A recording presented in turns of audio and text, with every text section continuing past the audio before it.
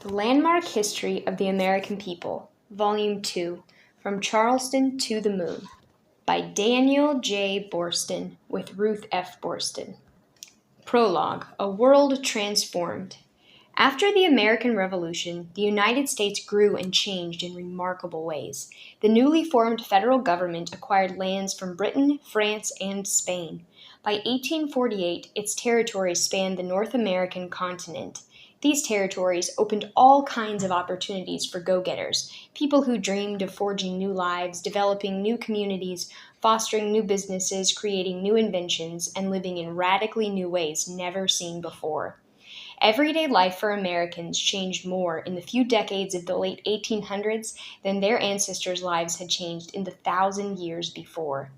These changes did not come without a cost, however. Political conflicts between North and South cracked the Union in two and led to a deadly civil war. The war itself led to black slaves being freed in 1865 and black men receiving the vote in 1870. Despite these advances, it would be almost another 100 years before the Civil Rights Act of 1964 mandated equal treatment under the law for both men and women of all races in the United States. Meanwhile, the Civil War also led to a stronger centralized government than ever, as the legislative decisions referenced before the war as emanating from the plural "these United States" came to be referenced after the war as emanating from the singular United States. Technical changes, too, pulled the separate states and their diverse populations together. Standardized railroad gauges made all railroad tracks easy to connect and strengthened the bonds between the North and South following the Civil War. Standardized measurements, new mass production technologies, and high-speed methods of transportation meant people even in small towns were able to buy ready-made goods, clothing, tools, even houses, at fantastically reduced prices compared to what they had been. Standardized time zones also brought people together. Inventors created devices that helped people in all areas of their lives, particularly in communication and travel. Merchants increased sales by sending mail-order catalogs to customers everywhere within the country, and tremendous department stores catered to the needs and whims of all kinds of customers. Businessmen saw opportunities to become incredibly wealthy. They began small ventures in cattle, oil, automobile manufacture, and other industries, and soon found themselves at the head of gigantic enterprises. These enterprises attracted immigrants from all over the world who sought the promise of a better life, and these new citizens changed towns into cities and cities into metropolises. As a result of its newfound wealth, consolidated power, and growing population, the United States soon found itself being viewed as a leader on the international stage. Eventually, the United States leadership moved even beyond the Earth as Americans accomplished the impossible and became the first and only humans ever to walk on the surface of the moon. And from there, it appeared as if the United States would go anywhere its citizens' go-getting spirit might direct their attention. Part 1. The Rocky Road to Union. The United States spread across the continent, but the nation did not grow all in the same way or at the same pace. Some cities, Chicago, Omaha, Denver, and San Francisco, grew fast and prospered. Others were left behind. They became ghost towns, and still others disappeared without a trace. Some people dreamed of gold and found it. Others found only rocks and disappointment. Some tried to raise crops that the soil would not feed or where the rain did not come. By the mid-1800s, Boston, New York, and Philadelphia had universities, libraries, and museums. Charleston and New Orleans boasted elegant townhouses. Virginia had its old planters' mansions, but life in these cities was nothing like the life in crude mining camps like Dead Man's Gulch, Colorado, and Virginia City, Nevada. The differences were like those between life in Great Britain and life in the American colonies 100 years before. The Republic of Texas was a completely separate nation from 1836 to 1845. California, too, was briefly independent. The lonely wheat farmer or cattleman of the Great Plains in Nebraska or Iowa was well aware of how different his life was compared to the lively crowds of Pittsburgh, Chicago, Milwaukee, or Omaha. There were many different American ways. Could the Constitution that 13 states on the Atlantic coast had created now bind a continent? Was it possible for a whole nation to be dedicated to the idea that all men are created equal? Chapter 1. Slavery Conquers the South. The Civil War was both the simplest and the most complicated event in American history. It was the simplest because we can summarize the issue in one word: slavery. But it was the most complicated because, as Southerners still say, it was a war between states. The 11 seceding states, which made up the Confederate States of America, contained 9 million people. On both sides, there were many different kinds of people and many ways of life. In the North, many did not want to abolish slavery, and in the South, many did. In the North, many people did not care about slavery one way or another, and in the South, many people did not own slaves and did not make their money from slavery. The Declaration of Independence said that all men are created equal. If Americans truly believed that, then you would think slavery had no place in the United States. The puzzle then is how slavery became strong and how some white Southern Americans, even if they did not own slaves, came to believe it was the very foundation of their life. If we can understand this, then we may understand why there had to be a war against slavery in order to save the Union. In ancient times, slavery was found everywhere. When one people defeated another in war, instead of massacring the losers, the winners would often enslave them. They would make the losers serve the winners. Even as late as the Middle Ages, slavery of this type was widespread among Europeans, beginning in the 1500s and 1600s. However, this kind of slavery slowly disappeared. But while slavery declined in Europe, it grew elsewhere. Beginning in the 1400s, Europeans began to invade Africa, and they enslaved the people they found there. When Columbus discovered the New World, he and those who followed him did the same thing. They enslaved the people they found. By the time the Pilgrim Fathers sailed, you could find both African and Native American slaves in the New World. So while America meant a new freedom for many white Europeans, for many others, especially for blacks brought from Africa, America meant slavery. The first unwilling African immigrants were brought to Virginia from Africa in 1619, and Massachusetts Puritans began buying and selling Indian slaves by 1637. Indeed, they itched to acquire black slaves. As one wrote to the governor of Massachusetts, 20 African slaves would be cheaper than one English servant. Under the old system of empires, the European mother countries wanted from their colonies the things they could not produce themselves. In addition to gold and silver, they wanted products like tobacco, rice, cotton, sugarcane, and indigo, a pea plant that makes a deep blue dye. All of these crops grow only in warm climates. The climates of the new colonies in South America and the Caribbean were perfect for these kinds of crops. These crops also require lots of labor. Hard work in the hot sun did not appeal to the men who had left Europe for a better life.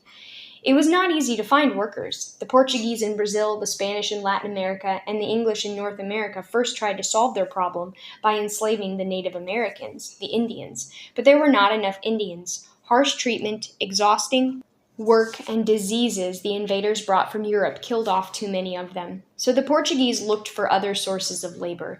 They began importing people from Africa. African tribal chiefs often sold their neighbors into slavery, or white slave catchers would capture them.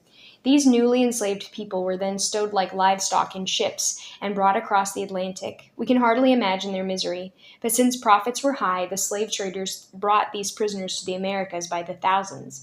100 years before Captain John Smith landed at Jamestown in Virginia, parts of Brazil had 20 black slaves for every white worker. By the early 1700s, Virginia plantation owners were importing black slaves by the thousands. Year by year, slavery was becoming more important in the life of the colony. Thoughtful Southerners began to worry. Thomas Jefferson made up a list of George III's crimes against humanity for the Declaration of Independence. The final item Jefferson included in his list was that the king had encouraged the slave trade. He has waged cruel war against human nature itself, violating its most sacred rights of life and liberty. Jefferson wrote, "Part of the crime," said Jefferson, "was the fact that the king did this against distant people who never offended him. He captured and carried them into slavery in another hemisphere. He caused them to suffer miserable death in their transportation to the new land." Jefferson himself owned slaves, so you know he was writing a kind of indictment against himself, too. After all, he himself was enjoying the benefit of this crime with which he was charging the king, but the Congress did not want to hurt the feelings of other slave owners or slave traders, most of whom were from Massachusetts and New York City. So they removed these words about slavery before they adopted the Declaration. Jefferson worried about what slavery did to the slaveholder. He explained in his notes on Virginia in 1783 that every slaveholder became a tyrant, and his children learned bad habits. The parent storms, the child looks on. The child then puts on the same airs in the circle of smaller slaves and gives loose to the worst of passions, and so he is exercised in tyranny. In Virginia, Jefferson said he saw an unhappy influence on the manners of our people produced by slavery among us. Eli Whitney invented a machine that separated the cotton fuzz from the cotton seeds. That was in 1793, and within just a few years, cotton became the great crop of the South. Slavery became more important as soon as cotton became more important. Cotton growers used slaves to plant, cultivate, and pick cotton, and they used slaves to work the cotton gins. And the most enterprising planters bought as many slaves as they could. That way, they could grow and sell more cotton. And when they sold more cotton, they bought more slaves. Slaves became a key to wealth. Southerners soon began to say cotton is king, but cotton was a very unpredictable king. The price of cotton depended not only on the weather and the size of the crop, but it also depended on how much the cotton cloth manufacturers in Birmingham, England, and in Lowell, Massachusetts were willing to pay. People in the South came to the place where they could not imagine a world without cotton. And it became harder and harder for them to imagine a world without black slaves. Every year the black population in the South increased. In cotton-growing regions, black people began to outnumber whites. For example, by 1830, blacks outnumbered whites in eastern Virginia by 81,000.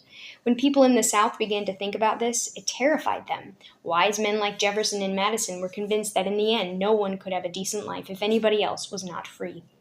The American Colonization Society, headed by ex-President Madison, aimed to get rid of slavery by gradually exporting all of the black people back to Africa. By 1831, many white people in Virginia were worried about slavery. The new governor owned 12 slaves, and he tried to persuade the state legislature to make a plan that would gradually abolish slavery. The legislature held a great debate on slavery. It lasted most of the month of January 1832. Members offered arguments both for and against. All sorts of suggestions were made on how to abolish slavery or how to lessen its evils. On January 25th, the legislature voted 58 to abolish and 73 to keep slavery. Would anti-slavery advocates ever be able to persuade pro-slavery legislators to change their minds? Or would change only come about by force? The British had abolished slave trade everywhere in their empire, beginning in 1807. They abolished slavery itself in 1834. According to the United States Constitution, 1808 was the earliest time anyone could pass a law that would affect slavery. And the United States Congress wasted no time. It passed a law that prohibited any more importation of slaves from abroad, beginning in 1808. But in the 1830s, 40s, and 50s, slavery and trading in slaves still flourished inside the American South. Foreign travelers who came to the United States were shocked. There were more slaves in the land of the free than in all of Europe. How could a free people tolerate a tyranny that the old world had left behind? In the 20 to 30 years before or after the American Revolution, most northern states abolished slavery. Thomas Jefferson drafted the law that would eventually become the Northwest Ordinance of 1787. He included a law that forbade slavery northwest of the Ohio River. By 1830, of the 2 million black slaves in the United States, nearly all lived in the South. They made up more than a third of the South's population. As a result, slavery seemed mainly a Southern problem. Ever since the American Revolution, some leading Southerners like Jefferson and Madison and Chief Justice John Marshall had said that slavery was a dangerous evil. "I tremble for my country," warned Jefferson in 1783, "when I reflect that God is just, that his justice cannot sleep forever. I hope the way is being prepared for a total emancipation, and I hope this will be accomplished with the consent of the masters rather than by their destruction." So why didn't it happen that way, with the consent of the masters? Why didn't people in the South settle the problem for themselves? There are a number of reasons.